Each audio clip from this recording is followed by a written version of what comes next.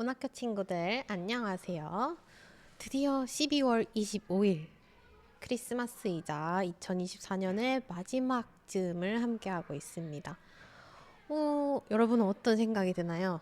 선생님은 참 많은 생각이 드는데 좋았던 일도 있고 아쉬웠던 일도 있고 조금 안타까웠던 일도 있고 여러 가지 생각이 많이 왔다 갔다 하는 이 시점에서 우리 함께 2024년을 갈무리 해보고 또 2025년은 어떻게 하면 좋을지 생각해보는 시간 온학교와 함께 알차게 보내봅시다. 크리스마스에 함께하는 2024년 갈무리라는 제목인데 갈무리는 혹시 무슨 뜻인지 아나요?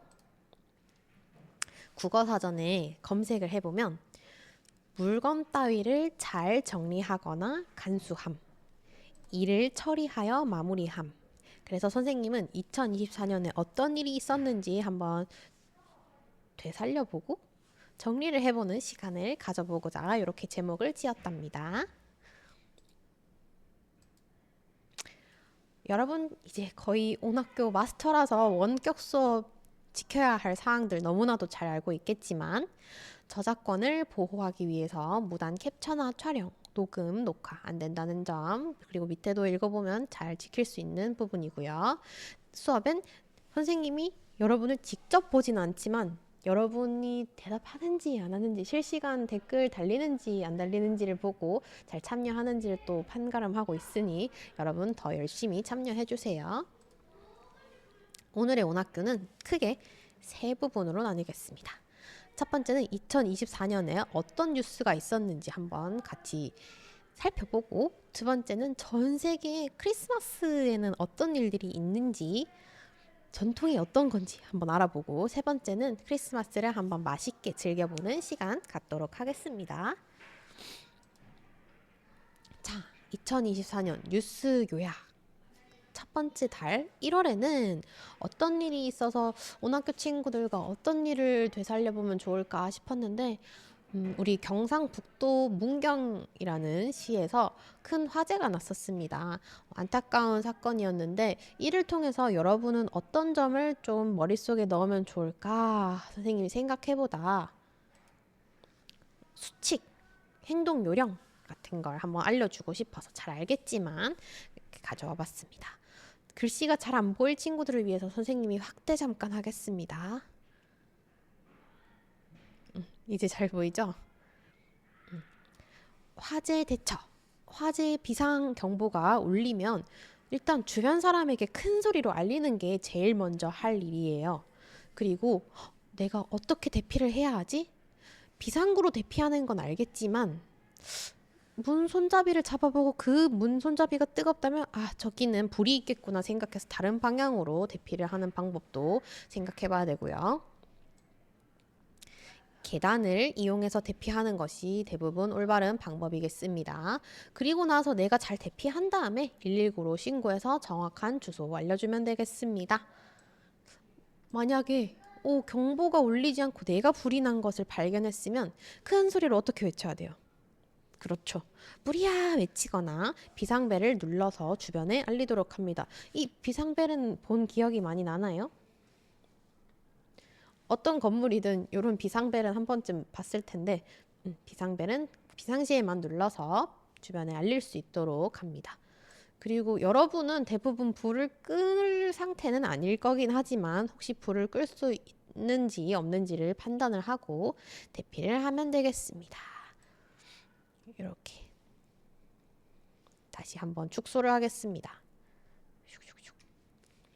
자, 이렇게 1월에 있었던 일로 우리 화재가 났을 때 어떻게 대피하고 어떻게 신고하는지 간단히 알아봤고 2월 넘어가겠습니다.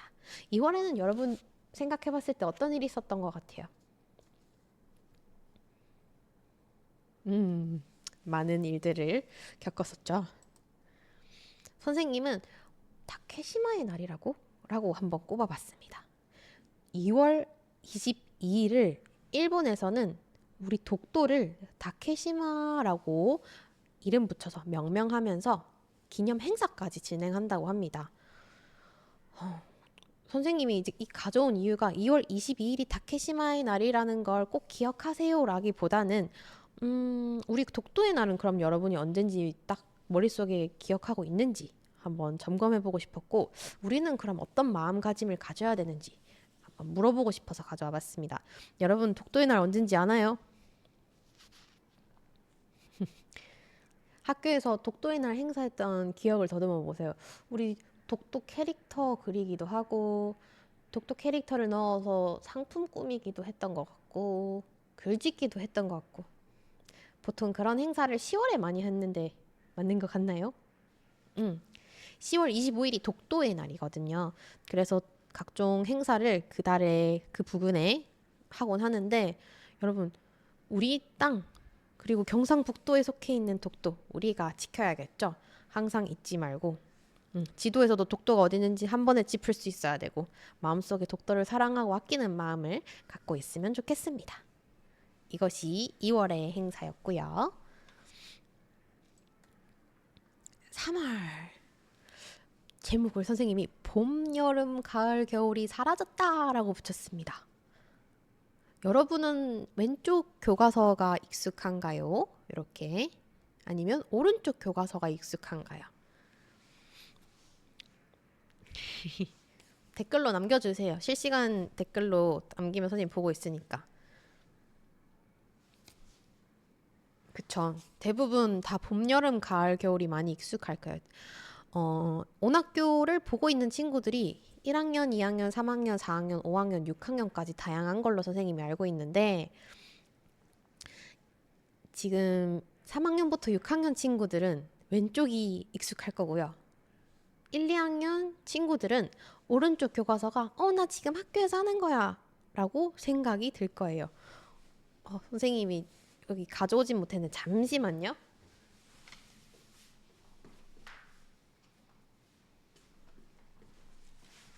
선생님이 2학년 담임 선생님이라서 마침 이렇게 지금 선생님 반 친구들은 기억을 공부하고 있어요. 파란 색깔 2학년 마지막 부분 기억.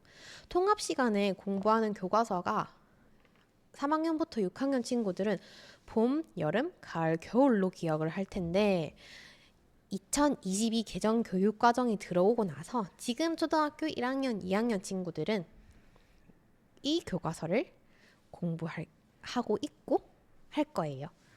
그래서 제목들이 참 신기해요. 담음도 있고, 세교도 있고, 하루도 있고, 기억도 있고, 그 안에 내용들은 봄, 여름, 가을, 겨울과 비슷한 듯 조금 달라졌겠죠. 그래서 새로운 내용들도 많고 한데, 궁금한 친구들은 어떻게 바뀌었는지 동생이 있다면 한번 물어보고, 또 뭐 학원 같이 다니는 친구 있으면 한번 물어보기도 하고, 친구 동생 있으면 한번 물어보기도 하면서 새로운 우리 교육과정의 교과서는 어떤 내용을 담고 있는지 한번 보시면 좋을 것 같아요, 친구들이. 참고로 선생님은 봄, 여름, 가을, 겨울도 공부하지는 않아서 좀 궁금하긴 해요. 봄, 여름, 가을, 겨울도. 자, 그리고 4월의 행사로는 선생님이 총선을 가져와 봤습니다.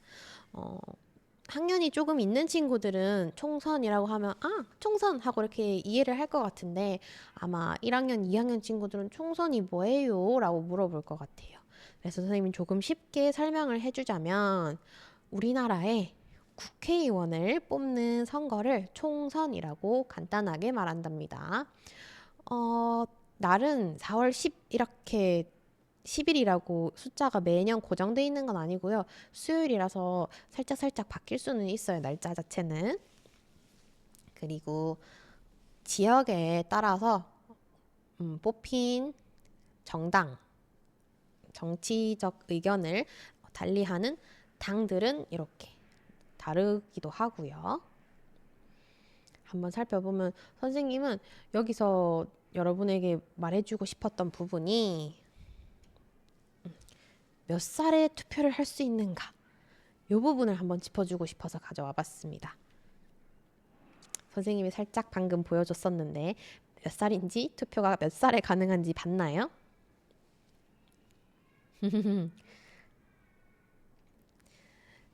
우리나라는 만 18세부터 가능하다고 합니다. 원래는 만 19세였는데 선거법이 바뀌어서 공직선거법 개정안 이렇게 법이 바뀌어서 만 18세부터 투표가 가능하다고 합니다. 그러면 다른 나라들도 똑같이 만 18세부터 투표를 하나요? 아니요. 보다시피 만 16세 꽤나 선생님이 생각하기에는 어리다고 생각하는 나이지만 오스트리아, 브라질, 쿠바, 건지섬, 맨섬, 저지섬, 니카라과 같은 곳에서는 만 16세부터 정당하게 한 표를 행사할 수 있고 생각도 충분히 할 수 있는 나이다라고 판단해서 이렇게 설정을 해두었고 만 17세 인도네시아, 북한, 세이셀, 수단, 동티모르 이런 나라들이 있고요. 우리나라 만 18세가 속해 있는 나라 대한민국, 미국, 독일, 영국, 프랑스, 폴란드, 호주, 뉴질랜드, 캐나다, 일본 등이 있습니다. 그리고 만 20세 바레인, 카메룬, 나우루, 대만 그리고 만 21세까지 넘어가면 중앙아프리카 공화국, 사우디아라비아, 싱가포르 등등 있습니다. 신기하구나, 그쵸? 이번 기회에 만약에 투표를 몇 살부터 하는지 정확하게 몰랐던 친구들은 만 18세 이렇게 알고 넘어가면 되겠습니다. 그리고 5월은 특별히 이 날을 또는 이 일을 친구들과 함께 공유하고 싶다기보다는 굉장히 많은 날들이 있어서 선생님이 5월 달력 자체를 가져와 봤습니다. 5월은 근로자의 날도 있고요. 어린이날, 여러분이 좋아하는 어린이날도 있고요. 어버이날도 있고요. 그리고 또 휴일인 부처님 모신 날도 있고요. 굉장히 많은 날들이 숨어 있습니다. 작은 글씨들은 선생님이 다 읽진 않는데 나중에 네이버에 5월 달력 이렇게 검색을 해보면 달력을 보여주거든요. 선생님도 이거 네이버에서 캡처해 온 건데 어떤 날들이 있는지 궁금하면 검색해보고 클릭해서 알아보기도 하면 좋을 것 같습니다. 네, 다음은 6월입니다. 학생 창의력. 한국이 OECD 국가 중 1위 자신감은 부족이라는 제목인데요. 어떤 일이냐면 전 세계의 몇몇 국가들에서 학생들을 대상으로 평가를 같은 시험지로 진행을 합니다. 그리고 이 나라 학생들의 창의력은 어느 정도구나, 이 나라는 창의력이 어느 정도구나 이런 식으로 조금 수치화해서 비교를 하기 위해서 시험을 진행을 하는데 국제학업 성취도 평가라고 합니다. 여기서 놀랍게도 한국이 1위를 했다고 합니다. OECD 국가 중에서 대한민국이 평균 점수 1위 38점 그리고 캐나다 38점. 그런데 소수점에 의해서 대한민국이 조금 더 높다고 하고요. 호주, 그다음 뉴질랜드, 에스토니아, 핀란드, 덴마크, 라트비아, 벨기에, 폴란드 이런 식으로 순서가 매겨졌는데 놀라운 결과 아닙니까? 선생님은 사실 한국 학생들이 창의력이 뛰어날 거라고는 생각을 못했어요. 왜냐하면 선생님도 그렇고 선생님이 가르치는 학생들도 그렇고 대부분 주입식, 그러니까 무언가를 머리에 넣는 교육을 좀 많이 받았다고 생각을 했거든요. 학원도 그렇고 학습지도 그렇고 나의 생각을 펼친다기보다는 뭔가를 좀 바로바로 받아들이고 그 받아들인 걸 쓰고 외우는 교육을 많이 했다고 생각했는데 생각보다 한국 학생들이 창의력이 좋았던 거예요. 머리가 말랑말랑한 거예요. 여러분도 여러분 머릿속에 있는 그 창의력 반짝반짝한 생각들을 학교에서는 표현하지 않지만 머릿속에 다 갖고 있었나 봐요. 여튼 한국이 OECD 국가 중에 1위를 기록했다고 하는데 반대로 자신감은 매우 부족한 걸로 나타났습니다. 그래서 선생님이 하고 싶었던 말은 이 6월의 뉴스를 통해서 하고 싶었던 말은 여러분 공부도 중요하긴 하지만 자존감, 나를 존중하는 마음과 자신감, 나는 해낼 수 있다 하는 마음이 더 중요하니 기죽거나 포기하거나 실패에 슬퍼하는 마음보단 희망차고 좀 활기찬 그런 마음을 갖고 항상 생활을 했으면 좋겠습니다. 나는 할 수 있다. 지금 제자리에서 3번 외쳐보세요. 나는 할 수 있다. 나는 할 수 있다.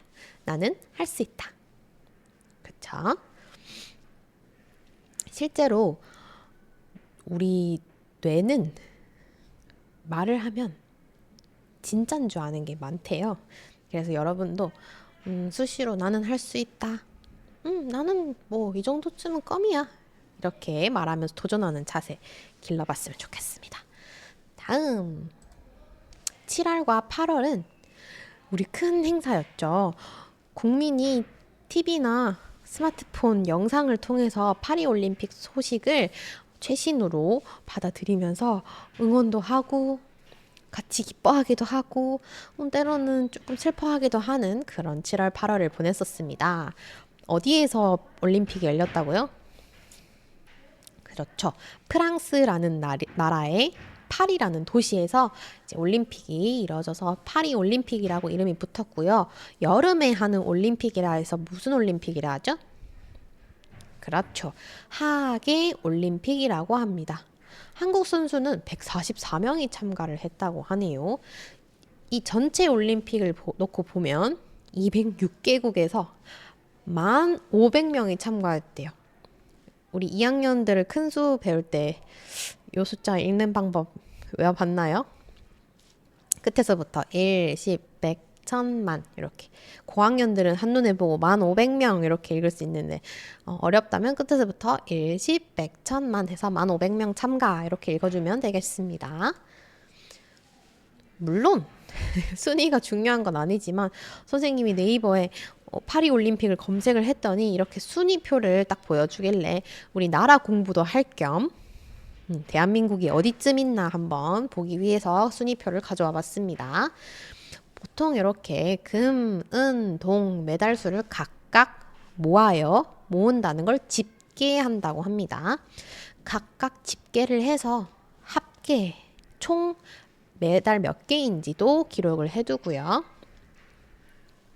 선생님, 일본은 총 45개이고 호주는 53개라서 호주가 더 많은데 왜 순위가 4위에 기록되어 있나요? 라고 물으신다면 이 순위는 금메달 숫자로 순위를 매겨두었고요. 미국과 중국 같은 경우는 금메달이 40개로 동일 같지만 미국이 총 메달 수가 조금 더 많아서 1위로 기록이 되었다는 점 참고하고 우리 한번 보겠습니다. 선생님이 1학기 때 전 세계 공부를 하면서 대륙, 땅덩어리, 그리고 바다 같이 공부했었는 거 기억나나요? 그래서 북아메리카에 있는 미국 기억나죠? 중국은 어느 대륙에 있었나요? 그렇죠. 아시아. 일본은? 아시아 맞습니다. 호주는? 그렇죠. 오세아니아. 호주가 영어로 오스트레일리아, 오스트레일리아라는 국명, 나라 이름을 갖고 있고 대륙 어느 땅덩어리에 있냐라고 묻는다면 오세아니아라는 땅덩어리였습니다. 프랑스는 어디 있었어요? Europe, good. 네덜란드는요? Europe, good. 영국은? Europe, good. 대한민국은? Europe, good. 이탈리아는? Europe, good. 대한민국 소리 미안합니다. 대한민국은 아시아에 있었습니다. 너무 유럽이라서 대한민국도 자연스럽게 유럽하고 넘어갔네요. 대한민국은 아시아였습니다. 그리고 독일, 유럽까지 이렇게 있고 그 외 나라들도 한번 짚어볼까요? 네, 뉴질랜드는 그렇죠. 오세아니아, 호주 옆에 있었고요. 캐나다는 북아메리카였고요. 우즈베키스탄, 요거 조금 어려울 수 있는데 중앙아시아, 아시아 중앙 쪽에 있고요. 헝가리, 유럽, 스페인, 유럽, 스웨덴, 유럽, 케냐, 드디어 아프리카 나왔네요. 노르웨이, 유럽, 아일랜드, 유럽, 마지막 브라질. 그렇죠. 남아메리카였습니다. 우리나라 꽤나 잘했네요. 우리나라 인구가 총 몇 명이죠? 5천만 명이라서 그리 많지 않음에도 불구하고 훌륭한 선수들이 많아서 이렇게 좋은 순위를 기록했었습니다. 그리고 9월입니다. 9월은 특별한 뭔가 일이 있었다기보다는 문화적으로 일이 많았어서 선생님이 이 문화 콘텐츠를 가져오면서 여러분의 진로에 대해서 이야기를 해보고 싶었습니다. OTT 서비스라고 들어봤나요?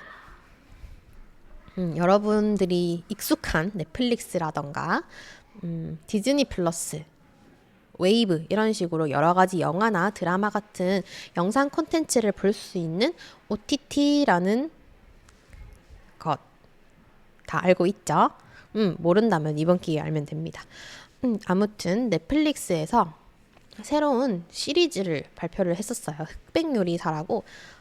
흑수저, 백수저. 그러니까 흑수저는 백수저보다는 이제 상을 조금 덜 타거나 덜 알려진 요리사였고요. 백수저는 상대적으로 조금 더 알려진 요리사들이었는데 이 요리사들이 대결을 펼쳐요. 뭘로? 요리로 대결을 펼칩니다.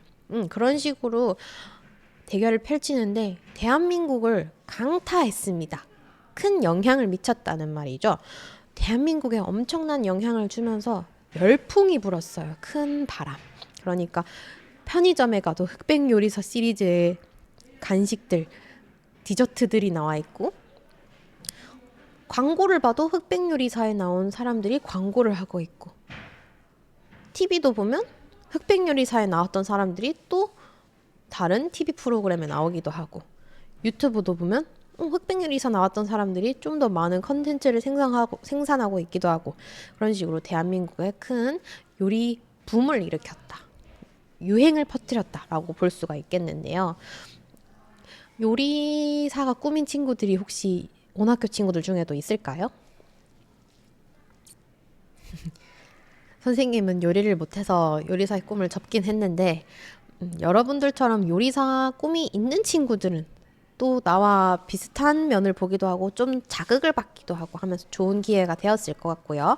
요리에 관심이 없는 사람들도 요리에 조금 더 관심을 갖게 돼서 또 좋은 면모도 있었을 것 같아요. 그리고 또 남학생들은 잘 알 수도 있을 것 같은데 롤챔스 여름 코리아 서머 시즌이 종료가 되었는데 여기서 우승한 팀이 하나생명이었습니다. 그래서 이러한 우승도 이 게임을 좋아하는 사람들 사이에서는 큰 이슈, 큰 사건이 되었었죠. 이런 식으로 생각보다 문화의 다양성이 참 많다. 세상에 참 다양한 문화들이 많다. 그리고 이 문화들 속에서 내가 하고 싶은 건 뭐지? 나 저거 좋아하는데 좀 더 열심히 하면 나의 꿈으로 키울 수 있지 않을까? 하는 생각을 가지면 또 좋을 것 같아서 이렇게 여러 가지를 넣어봤습니다.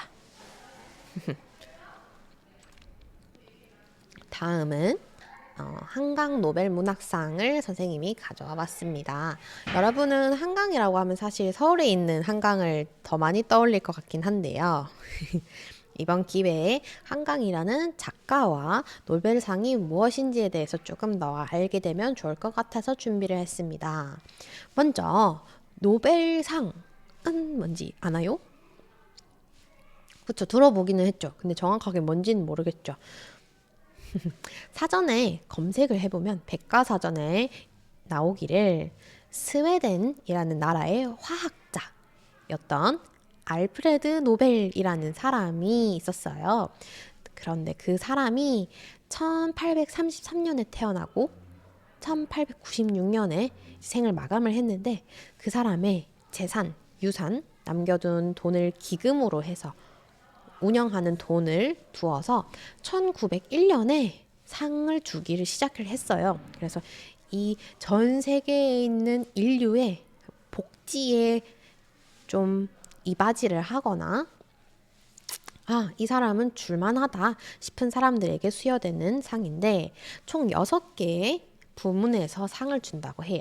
문학, 한강 노벨 문학상, 이것처럼 문학, 화학, 물리학, 생리학 또는 의학, 평화, 그리고 경제학까지입니다. 매년 12월 10일 노벨 사망일. 그래서 이 사진도 보면 12월 10일 사진이거든요. 10월에 수상한다고 발표가 나서 10월에 넣긴 했지만 수상은 12월 10일에 하고요. 뭐 상금이나 상 당연히 주어지는 거 그 자체도 좋지만 우리나라에서도 엄청난 뿌듯함이죠. 우리나라 작가가 이 노벨 문학상을 받아서 전 세계 인류에게 좋은 문학 작품을 알려주었다 하는 것도 좋고, 이 한강 노벨 문학상 덕분에, 이 한강 작가가 이렇게 수상한 덕분에 조금 더 독서에 대한 관심이 우리나라 국민들 사이에서 불기도 했고요. 그런 일이 있었다고 합니다. 10월이었습니다. 그리고 11월은 두 가지를 가져와 봤습니다. 둘 다 조금 큰 일이었기 때문에 가져와 봤는데 11월은 미국 대통령 선거였고요. 그리고 폭설 이렇게 두 가지였어요. 11월 5일에 미국 대통령 선거가 있었는데 결국 누가 당선이 되었나요? 그렇죠. 왼쪽에 도널드 트럼프가 당선이 되었었습니다.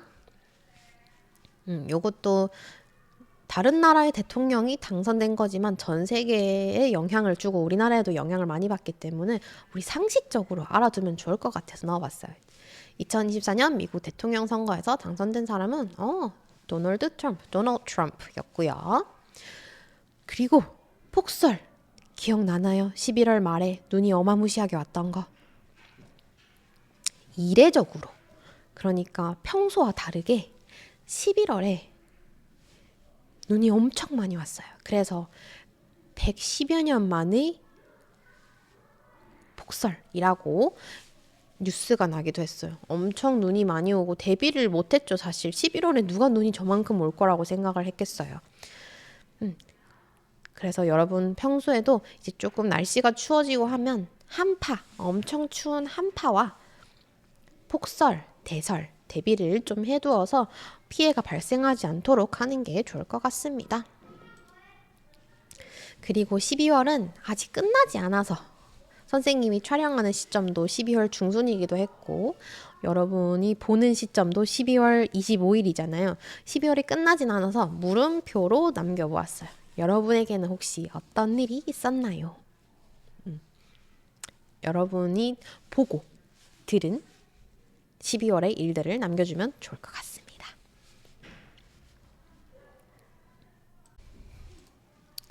네, 다음은 두 번째 시간 전 세계 크리스마스입니다. 아니, 크리스마스인데 왜 세계 지도만 나와 있나요? 이제 차근차근 볼 거기 때문입니다. 선생님이랑 공부를 했었어요. 대륙은 몇 개, 바다는 몇 개. 그래서 선생님이 대양, 대주 이런 식으로 부른다고 저번 온학교 시간에 이야기해 줬었었는데 5대양 6대륙. 그렇죠. 그래서 5대양, 바다가 5개다. 무슨 바다? 태평양, 대서양, 인도양, 북극해, 남극해. 대륙은 6개 뭐였죠? 그렇죠. 아시아, 유럽, 아프리카, 북아메리카, 남아메리카, 오세아니아까지 잘 기억하고 있습니다. 이렇게 5대양 6대륙의 크리스마스는 어떤지 자세하게는 알지 못하지만 그 나라들의 특징적인 그 대륙의 특징적인 나라들 한두 가지를 뽑아서 선생님이랑 같이 살펴보도록 하겠습니다. 먼저 여기 어디라고요? That's right, Asia. 아시아겠고요. 아시아는 당연히 한국이 있겠죠. 이 사진은 둘 다 한국의 크리스마스 모습입니다. 경상북도 어디일까요? 힌트는 여기 플랜카드 안에 있습니다. 네, 맞습니다. 영천이라는 곳인데요. 경상북도의 친구들은 좀 익숙할 거예요. 영천에서 크리스마스 트리 문화 축제를 하기도 하고요. 이 사진은 대구인데요. 이렇게 아름답게 꾸며놓고 크리스마스 분위기를 즐기는 사람도 많습니다. 한국은 크리스마스를 크게 기념하는 것 같나요? 안 같나요? 여러분이 느끼기에는. 상대적으로 한국은 크리스마스를 크게 기념하는 것 같아요. 종교의 의미도 있고 종교의 의미가 아니기도 하고 그 분위기 자체를 많이 즐기는 것 같은데 중국이나 일본 같은 경우는 우리나라만큼은 크리스마스를 기념하거나 축하하는 분위기는 아니라고는 합니다. 아무래도 한국에는 기독교 비율이 높은 반면 중국이나 일본은 우리나라보다는 낮아서 그런 경향도 있다고 합니다. 다음은 어디입니까? 그렇죠. 유럽이 되겠습니다. 유럽은 너무 보기만 해도 아름답죠. 벌써 막 내가 크리스마스인 것 같고. 이 나라 국기는 어딘지 알 것 같나요? 네, 독일입니다. 여기는요, 오스트리아인데요. 크리스마스 마켓을 연대요. 유럽에는. 보면 이 하나하나가 상점이라고 생각하면 될 것 같아요, 여러분. 이 상점은 이렇게 확대를 해보면 오른쪽 사진처럼 이렇게 꾸며져 있고요. 안에는 먹는 걸 팔기도 하고요. 마실 걸 팔기도 하고요. 기념할 만한 걸 팔기도 하고요. 여러 가지 물건을 팔기도 합니다. 크리스마스 뭐라고요? 마켓. 맞습니다. 크리스마스 마켓. 우리나라에서도 크리스마스 마켓이 열리는지 여러분 한번 눈 크게 뜨고 보고 검색도 한번 해보세요. 아무튼 유럽에서는 이렇게 전통적으로 마켓을 잘 열어왔다고 합니다. 그리고 여기는 어딘가요? 맞습니다. 아프리카인데요. 우리나라만큼 크게 크리스마스를 기념하거나 축하하지는 않습니다. 하지만 특징이 있다면 선생님이 참고로 일부 나라만 가져왔다는 점 이해해 주세요. 이런 나라들에서는 어린이날이랑 크리스마스랑 같이 축하를 한다고도 하더라고요. 여기까지 짚고 다음 가보겠습니다. 여기는 어디인가요? 그렇죠. 오세아니아입니다. 오세아니아에서 혹시 기억에 남는 나라, 머릿속에 스치는 나라가 있을까요? 그렇죠. 네, 호주입니다. 호주는 특이한 점이 하나 있습니다. 우리나라 기준에서 봤을 때 선생님이 사진을 조금 확대해 주겠습니다. 뭔가 특이점이 발견이 되었나요? 눈썰미가 좋은 친구들은 잘 발견을 했을 것 같습니다. 크리스마스면 12월인데 다들 옷을 어떻게 입고 있나요? 그쵸? 반팔을 입고 있습니다. 뭐야, 저게 겨울 아닌가? 라고 생각할 수 있는 친구들을 위해서 선생님이 잠깐 설명을 해주겠습니다.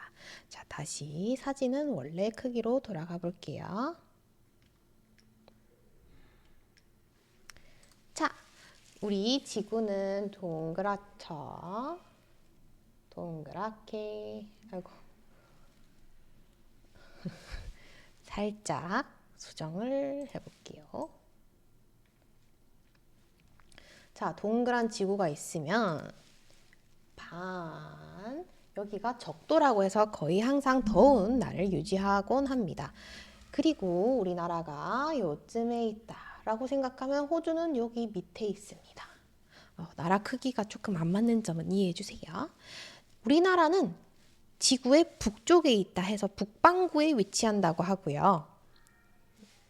그 호주는 남반구에 위치한다고 합니다. 북, 남, 반대네요. 그래서 계절도 반대랍니다. 우리나라는 12월 크리스마스에 추운 겨울이지만 호주는 크리스마스가 여름입니다. 그래서 한여름에 크리스마스라고 합니다. 네, 다음은 북아메리카. 그래서 줄여서 북미라고 했죠. 북미에는 어느 나라가 대표적일까요? 딱 머릿속에 떠오르는 그렇죠. 미국 그리고 캐나다 이렇게 있는데 미국 선생님이 한번 보여줄게요. 너무나도 익숙한 얼굴이죠. 크리스마스 시즌이 되면 항상 이 영화를 보기 위해서 많은 사람들이 기다리곤 하는데요. 나 홀로 집에 Home Alone이라는 제목의 영화. 나 홀로 집에 보면 미국 사람들은 집을 정말 많이 꾸며 놓았습니다. 트리도 하고 선물도 넣고 벽난로에도 산타가 내려와서 선물을 넣어줄 공간도 있고 리스도 하고 굉장히 많은 데코레이션을 해놓았죠. 그래서 이걸 봐도 알 수 있듯이 미국 사람들에게 크리스마스는 정말 정말 큰 명절이자 홀리데이라서 많이 기다리고 축하하고 한답니다. 자, 다음은 아메리카는 아메리카인데 무슨 아메리카였죠? 그렇죠. South America, 남미입니다. 남미. 그래서 남미에 있는 대표적인 나라 선생님이 멕시코 한번 가져와 봤는데요. 멕시코에서는 이렇게 생긴 피냐타라는 걸 만든대요. 피냐타는 안에 사탕도 있고 과일도 있고 약간의 상품 느낌으로 가득 찬 어떤 물체인데 이 소녀를 보면 눈을 가리고 지금 막대기로 이렇게 치고 있죠. 이런 식으로 쳐서 터트려서 안에 나온 간식들을 먹는 그런 전통이라고 합니다. 멕시코였습니다. 자, 이번에는 세 번째 시간 기다리고 기다리던 맛있는 크리스마스 시간인데요. 첫 번째 선생님이 준비한 디쉬는 요리란 뜻입니다. 첫 번째 디쉬는 뭔가요? 여기 1학년, 2학년 친구들이 있을지는 모르겠지만 선생님이 그래도 3, 4, 5, 6, 4학년이니까 3, 4, 5, 6학년을 위해서 영어를 조금 집어넣겠습니다. 이 친구는 이름이 한국어로는 칠면조라고 하는 친구고요. 칠면조.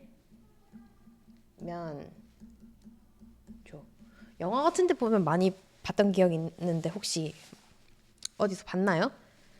닭이랑 비슷하면서 닭은 또 아닌 칠면조. 영어로는 turkey라고 합니다. turkey. 그래서 살짝 질긴 닭 같다는 느낌이 있고요. 보기만 해도 좀 먹음직스럽잖아요. 그래서 요걸 식탁 한가운데 두고 큰 크리스마스 축하하는 음식, 파티에 빼놓을 수 없는 그런 디쉬라고 합니다. 첫 번째 요리는 터키였습니다. 자, 쓱싹쓱싹 지워주고요. 다음 어떤 요리가 나올까요? 뭔지 짐작이나 가나요? 사실 선생님은 얘를 먹어본 적은 없거든요. 혹시 먹어본 친구 있어요? 크리스마스 푸딩이라 하더라고요. 크리스마스 푸딩. 그런데 우리가 아는 푸딩이랑은 조금 다르게 생겼죠. 우리가 아는 푸딩은 이렇게 탱탱 치면 막 탱글탱글한 젤리 형태의 푸딩인데 이 친구는 조금 다르게 생겼죠. 그래서 어떻게 만드는지도 선생님이 찾아봤는데 건 과일이나 달달한 맛을 내는 걸 좀 집어넣어서 약간은 빵 형태를 띠고 있대요. 크리스마스 푸딩. 그래서 우리가 생각하는 그 말랑말랑 젤리 푸딩과는 조금 다르다 라고 생각하면 되겠습니다. 그리고 이 친구는 혹시 뭘까요? 음료는 음료인데 이름이 있어요.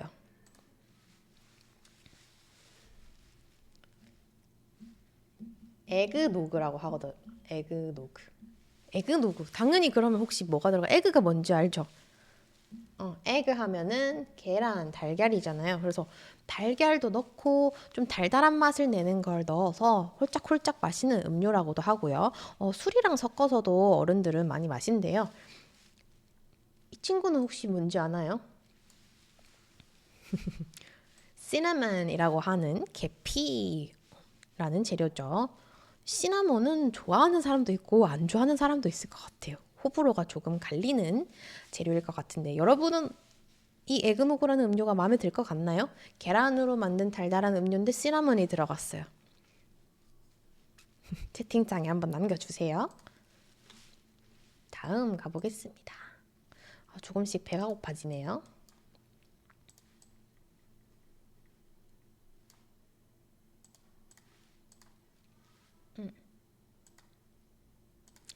자, 이 친구는 우리나라에서도 요즘에 많이 유행하고 있다 해야 되나요? 많은 사람들이 접하고 있는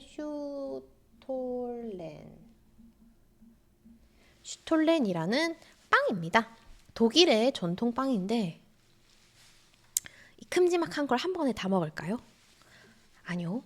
크리스마스 한 달 전부터 먹기 시작하는데 한 조각 한 조각 잘라서 먹는 거라고 해요. 이렇게 한 조각 한 조각 잘라서 먹으면서 크리스마스를 기다리는 그런 디저트라고 합니다. 겉에는 선생님한테 이제 질문이 들어올 수도 있어요. 빵을 한 달 동안 놔두면 상하지 않아요?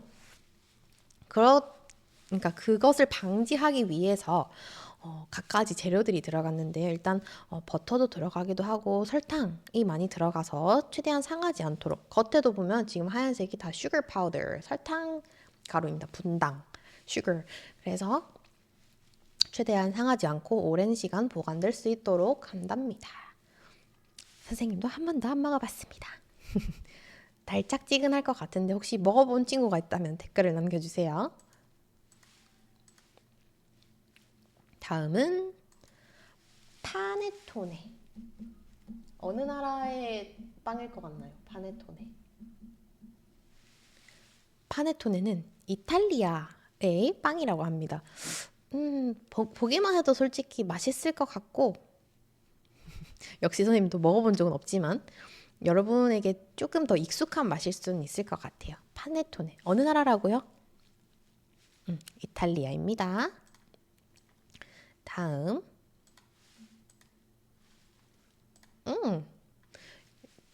익숙한 쿠키네요. 이름이 뭔지 아나요? gingerbread. 진저 하면은 생강이거든요. 생강. 그래서 생강 맛이 살짝 나는데 요거는 먹어봤어요. 맛있어요. 생강을 좋아하지 않는 친구들도 맛있다고 생각할 맛이에요. gingerbread. 그래서 이 진저브레드는 먹는 것뿐만 아니라 굉장히 많은 크리스마스 장식으로 등장하죠. 트리에 다는 오너먼트로도 많이 등장하고 캐릭터도 이런 캐릭터 많죠. 진저브레드. 다음. 이거는 뭔가요? 지팡이 사탕? 근데 이름이 있어요, 얘도. 캔디는 캔디예요. 근데 캔디 케인 이렇게 이라고 부릅니다. 캔디 케인. 그래서 선생님이 직접 캔디 케인을 준비해봤습니다. 빨간 캔디 케인과 초록색이 섞인 캔디 케인. 선생님이 원래는 이걸 직접 먹으면서 하려고 했는데 밥 시간이 지금 다가오는 관계로 선생님 밥 먹기 전에는 간식을 잘 먹지 않거든요. 그래서 이건 여러분에게 보여주기만 하고 어떤 맛인지 설명만 해줄게요. 선생님 먹어봤어요. 이건 직접. 얘는 살짝 민트 맛이 나긴 나요. 바카 맛이 살짝 나는. 근데 대체로 그냥 사탕 맛? 얘도 그냥 사탕 맛이에요. 뭔가 특별한 맛이 나지는 않고 그냥 보기에 좀 예쁜? 대신에 얘는 먹으면 좀 조심을 해야 될 게 뾰족한 형태다 보니까 먹다가 보면 날카로워져서 혀를 베이지 않도록 조심해야 되더라고요. 그래서 캔디 케인 되겠습니다.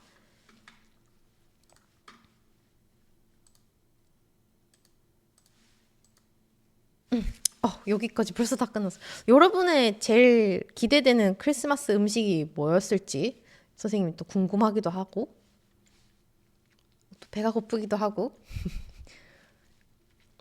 여러분의 제일 베스트 기대되는 크리스마스 음식이라던가 도전해볼 크리스마스 음식이 있으면 또 댓글로 남겨주면 너무 좋을 것 같아요. 세계의 여러 나라 맛있는 크리스마스 음식도 알아보았고요. 다음 시간에는 1월 1일 수요일에 또 온학교가 찾아옵니다. 오늘처럼 이렇게 선생님이랑 실시간으로 만나지 않는 수업이 아니고 실시간으로 만나는 수업이거든요. 주제는 푸바오로 시작하는 중국어. 그래서 많은 친구들이 참여해 주었으면 좋겠습니다. 친구들 오늘도 수고 너무 많았고 다음 온학교 시간 때 만나면 좋겠습니다. Bye bye. See you next time.